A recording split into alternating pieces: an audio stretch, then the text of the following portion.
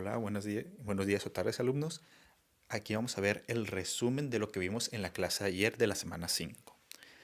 Eh, Recuerden que pues, cada semana estoy subiendo un video de resumen de lo que vimos durante clase, intentando contestar las dudas que salieron también en clase, pues aquí también las voy a repasar, ¿no?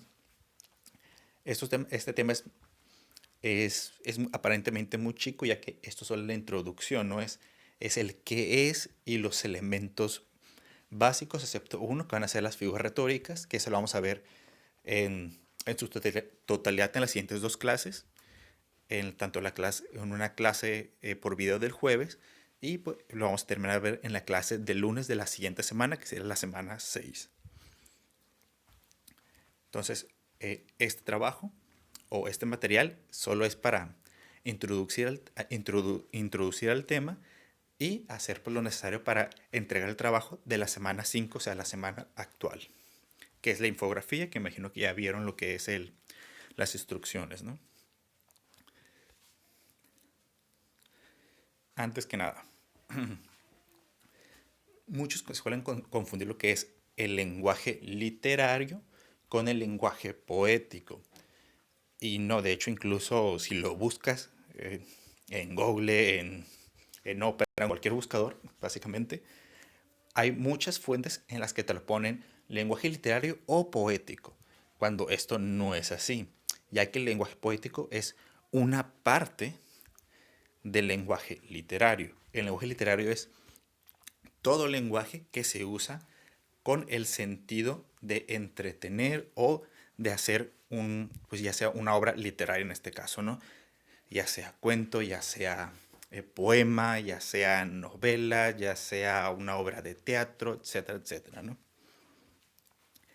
Sin embargo, este tipo de lenguaje se centra mucho en lo que, hablando del lenguaje literario, se centra en lo que es el lector, que es el receptor del mensaje, ¿no? El escritor es el emisor, el libro vendría siendo el canal, lo escrito vendría siendo el mensaje y pues el lector sería el receptor, ¿no? En este caso, el lenguaje literario se centra en el receptor, en que este receptor pueda comprender el mensaje. Sin embargo, en el lenguaje poético se centra no en el receptor, sino en el mensaje, en el texto, lo que está escrito, se centra en lo estético, en el que el mensaje sea bonito más que entendible. Entonces aquí podemos tener la diferencia principal, ¿no? El lenguaje literario, aunque abarca todo lo que es lo escrito en la literatura, tiene pues esta vertiente que es el lenguaje poético, que tiene la característica de centrarse sobre todo en el mensaje. De hecho, pues aquí vamos a ver algunas de sus características que podemos ver que básicamente violentan todo lo que son eh, la comunicación efectiva, ¿no? Por ejemplo, pues usa las figuras retóricas, que aquí las subrayé, ya que en este caso, en el caso del trabajo de esta semana, no las vamos a estar usando o empleando porque las vamos a dejar para el trabajo de la semana 6. Por eso aquí la subrayé y pues igual ayer lo explicamos un poquito el porqué, ¿no? Y luego no sigue lo que son las normas del lenguaje, que son las máximas de Gray, ya saben, estas normas que se de modo, de cantidad, estas normas que son para que el mensaje llegue de forma adecuada y comprensible a nuestro interlocutor, ¿no? En el, en el lenguaje poético no se sigue. En este tipo de lenguaje también hay, en las mismas frases o el mismo mensaje puede tener múltiples interpretaciones, se presta la subjetividad, no es claro, predomina la función connotativa. Sin embargo, no significa que no pueda tener otras funciones como la denotativa, la fatia, etc., ¿no? Simplemente es predominante la connotativa. Y utiliza cultismos, ¿no? Que si vemos todo esto, dificulta el que el mensaje sea recibido de manera amigable por el receptor. ¿Por qué? Porque, repito, el lenguaje poético se centra en lo que es el mensaje, mientras que el literario se centra en lo que es el receptor. Aquí hay unos ejemplos de lenguaje poético, ¿no? Que de hecho este mismo poema, o mejor dicho, de donde saqué estos versos, me imagino que algunos ya leyeron lo que es el poemario y leyeron este poema completo, ¿no? Que viene junto con el del Cuervo, viene junto con el de Me quieres blanca, de Alfonsina. Bueno, básicamente todos estos poemas que vamos a estar empleando tanto para bueno, para estas siguientes metas, ¿no? En lo que estemos viendo el lenguaje poético, vamos a estar usando el mismo poemario, los mismos poemas. Por eso les puse ahí en lo que son las instrucciones que comenzaran a leerlos. Igual pues me lo voy a brincar, ya que ayer lo leímos, lo explicamos un poco. Y pues simplemente hoy es un repaso, ¿no? Igual para estas alturas, a lo mejor ya muchos ya leyeron todos los poemas del poemario.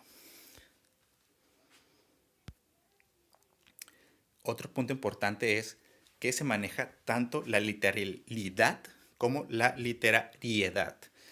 Aquí si ven, nada más hay una diferencia de una letra, que es la literalidad con L y la literariedad con R, ¿no?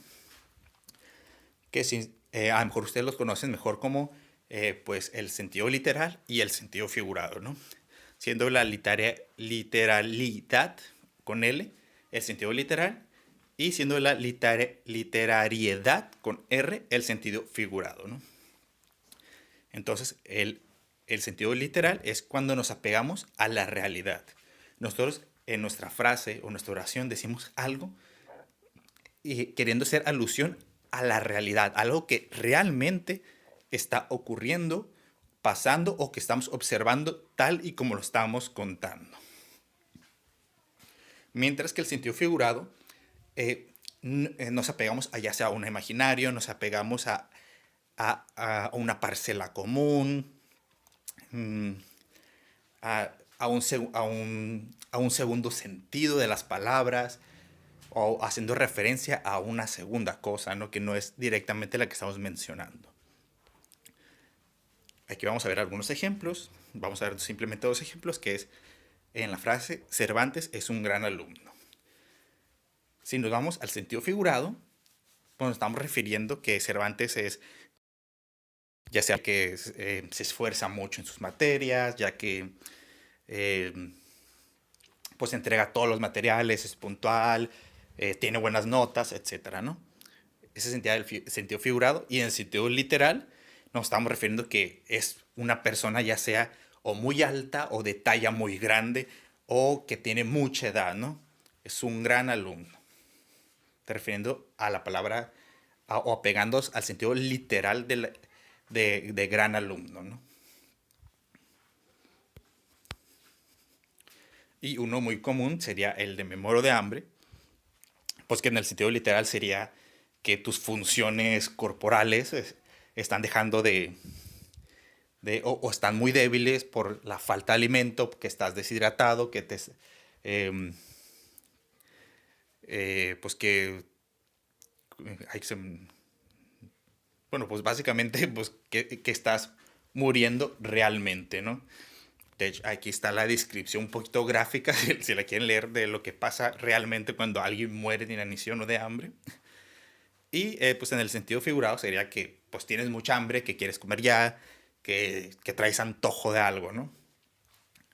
O sea, me muero de hambre, sentido literal, que me voy a morir. Y sentido figurado, que es tengo mucha hambre. Y aquí pues me imagino que ya todos son de tercero hacia arriba o de segundo hacia arriba. Y pues ya todos manejan lo que son las funciones del lenguaje. La fática notativa, la connotativa, sobre todo estas últimas dos, que son las que más vamos a estar mencionando y empleando. Y no hay que confundirlas con lenguaje poético, con lo que viene siendo la función connotativa, ni el lenguaje literario con lo que es la función denotativa. Suelen estar juntas o suelen emplearse, pero recuerden que incluso mencionamos que la función connotativa era una de las características mayoritarias, o sea, decía, usa primordialmente lo que viene siendo la función connotativa, más no se limita solo a esta. Aquí tenemos pues algunas definiciones, ¿no? Si nos vamos a referir al lenguaje poético, nos estamos refiriendo al total, a todo el poema, a toda la prosa, o sea, al total. Si su mayoría maneja este tipo de comunicación, esta comunicación poética que usa la función connotativa, que usa los cultismos, que usa el doble sentido, que no respeta las máximas de Grace, si es la mayoría, entonces este texto usa el lenguaje poético. Puede que se mezclen varias funciones, ¿no? ¿Por qué? Porque la función no toma como unidad el texto entero. La función toma como unidad la oración o el párrafo dependiendo de nuestra puntuación, ¿no? Por eso aquí es tan importante la puntuación, ya que es la que separa las ideas. Entonces, si nosotros tenemos un texto chico, ¿no? Vamos a suponer eh, un, un texto de 3 párrafos, básicamente, ¿no? Párrafos chiquitos. Que en estos 3 párrafos, uno tenga algunas oraciones usando la función denotativa. Por ejemplo, que diga, un poema que diga, hoy es martes, ¿no? Estamos usando la función denotativa ahí. Sin embargo, en el resto del texto sí predomina lo que viene siendo las funciones poéticas, las figuras retóricas. Entonces, aunque tenga una parte o varias partes denotativas, usando la función denotativa como predominante en una frase, no significa que el texto no tenga un lenguaje poético, ya que solo es una manera de emplear estas funciones para crear una totalidad, ¿no? Que sería todo el poema o todo el texto. Este suele ser el punto más complicado, ¿no? El diferenciar el lenguaje poético de las funciones. Pero recuerden, otra vez, las funciones se manejan por unidad de chicas, ya sea de un punto al otro, o sea, de una oración, o como máximo y dependiendo de los puntos de las palabras nexo y de los signos de puntuación, por, por un párrafo, ¿no? Como un máximo. Y eso les repito, que depende mucho de los signos de puntuación y de las palabras nexo. Ya saben que las palabras nexo son como el O, el U, el I, así como, etcétera, ¿no?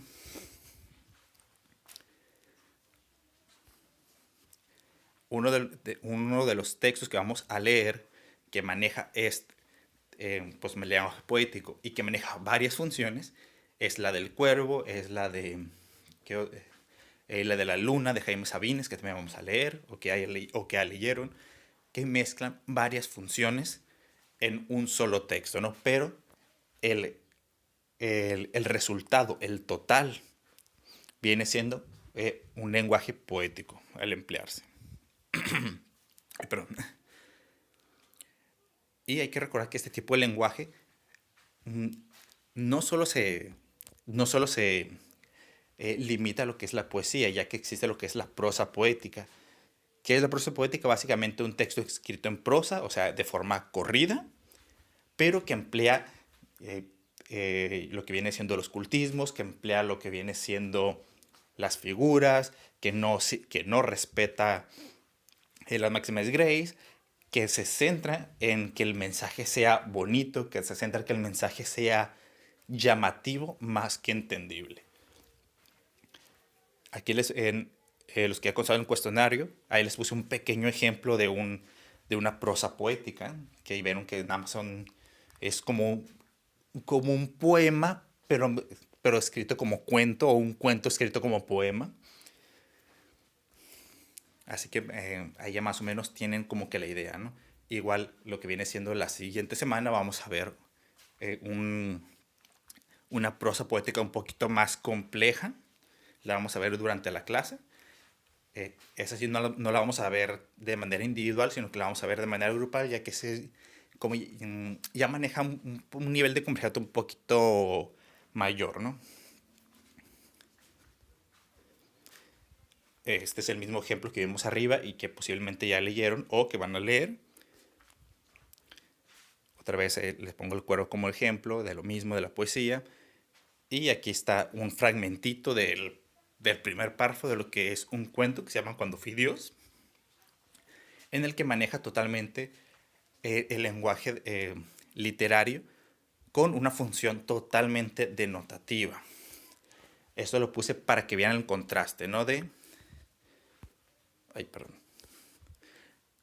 un lenguaje poético en el que batallamos un poquito en entender qué quiere decir, a un lenguaje literario que se centra en que el lector comprenda, ¿no?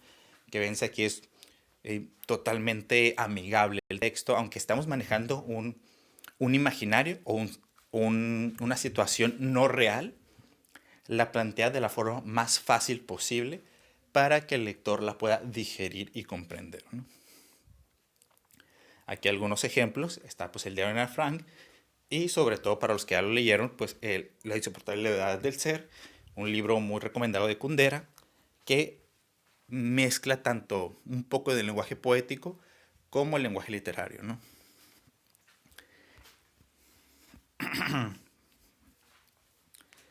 Como les repito, esta es solo la introducción al lenguaje poético, ya que el punto más importante o la característica más extensa son las figuras poéticas, que ayer hicimos dos votaciones. Una de ellas fue el cómo presentar la otra parte del tema, que son las figuras. Como les digo, es un tema extenso y yo les di la opción a los que estaban ayer para que votaran de si eligieran que este jueves quiero una clase y el día lunes acabar la clase, o simplemente que este día jueves suba un video con la primera parte y el día lunes pues que ustedes ya se comprometan a ver la primera parte para que el día lunes ya vengan preparados con las dudas y contestarlas, ¿no? Y pues ganó la parte de o ganó la votación de que solo subiera el video y que el día lunes continuáramos. Así que recuerden que para los que si van a entrar el día lunes, por lo menos denle una vista, una ojeadita ahí al video. Voy a intentar que sea un video corto de 20, 30 minutos cuando mucho. Y la otra votación fue respecto a los porcentajes, que yo les dije, usualmente los porcentajes de esta semana son 8%, que yo los había puesto como 6% a la presentación de la infografía, o sea, tanto enviar la infografía como su video presentándola, así como el cuestionario, y pues votaron en que se quedara así como está, ¿no? Dijeron que no querían ninguna modificación y lo dejamos así. Lo último es que ya estamos en la unidad 2, estamos en la semana 5, así que ya tuvieron tiempo para acostumbrarse. Ahora los trabajos van a ser un poquito más difíciles, los va a realizar de manera más exigente. Y así que ahora sí, el trabajo que no tenga APA, pues directamente pues ya no lo voy a estar leyendo, ¿no? Así que ahora sí, fíjense un poquito, o por lo menos intenten de poner el APA. Ya saben que si tienen dudas me pueden mandar correo de profe, mire, lo puse así, así está correcto. Y ya les diré o los apoyaré con eso, ¿no?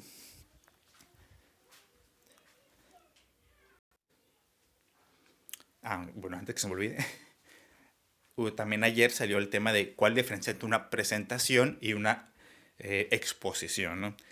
La exposición es presentar un tema usualmente a gente que ya conoce o tiene cierto conocimiento del tema, ¿no?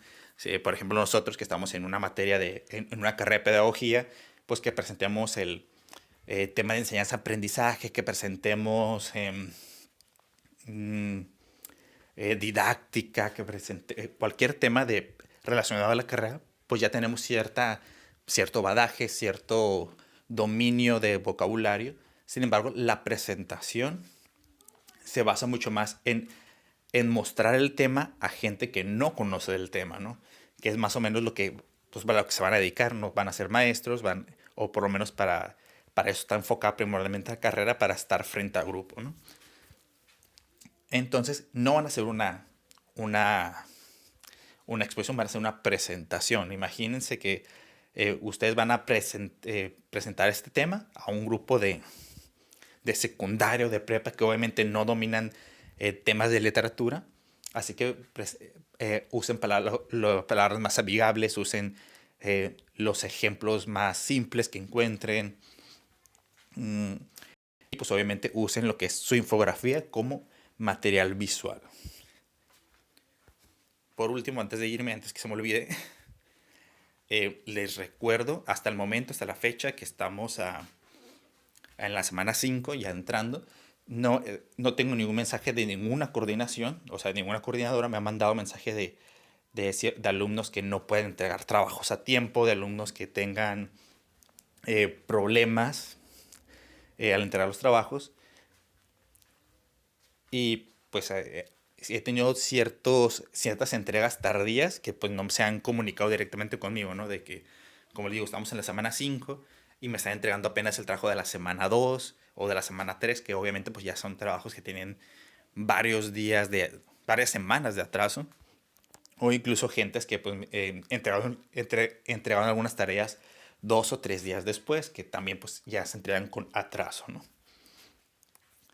Eh, no sé si se acuerdan que pues durante el encuadre yo les mencioné que yo les iba a revisar estos trabajos siempre y cuando pues me dijeran con antelación de que, mire, profe, tuve este problema o tengo esta problemática, por eso no lo puedo entregar. O mire, profe, lo estoy entregando un día tarde, pero mire, tengo este justificante, fui al médico, estuve enferma, mire, aquí están mis medicinas, etcétera, etcétera, etcétera. Y hasta el momento pues nadie se ha comunicado directamente conmigo, ¿no?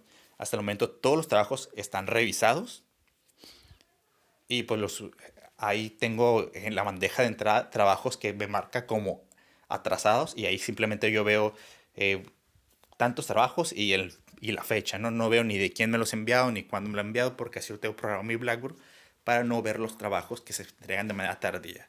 Ya si alguno de ustedes se comunica conmigo, ya sea obviamente por algún medio privado, no me lo ponga en el foro de que, mire, profe, yo soy el que entregó los trabajos atrasados.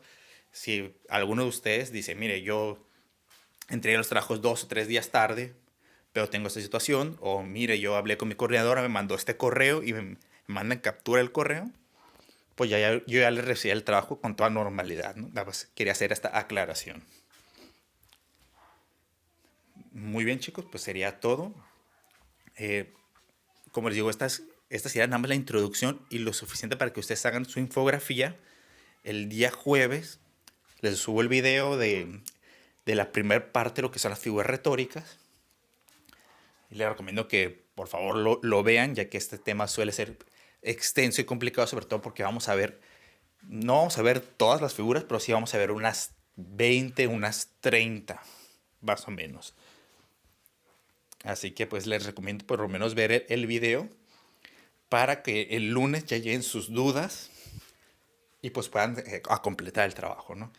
Que es de la semana 6, que recuerden que pues ya vamos a subir un poquito la dificultad. La unidad 1 estuvo muy fácil, estuvo muy espaciada, pero a partir de la unidad 2 ya vamos a iniciar con trabajos que aparentemente son sencillos, pero que sí se ocupa invertir tiempo. ¿Por qué? Porque se va a ocupar leer, como en este caso vamos a leer varios poemas y releerlos para buscar las mismas figuras ahí. Vamos a estar leyendo libros completos, cuentos largos, cuentos un poquito más cortos. Los trabajos ya van a ser más exigentes, ahora sí les voy a exigir el APA. Así que pues ya váyanse preparando, ¿no? Un poquito más, ahora sí. Muy bien, chicos, ya saben, cualquier duda, tienen mi WhatsApp, tienen mi correo, tienen el foro de dudas, ahí los espero.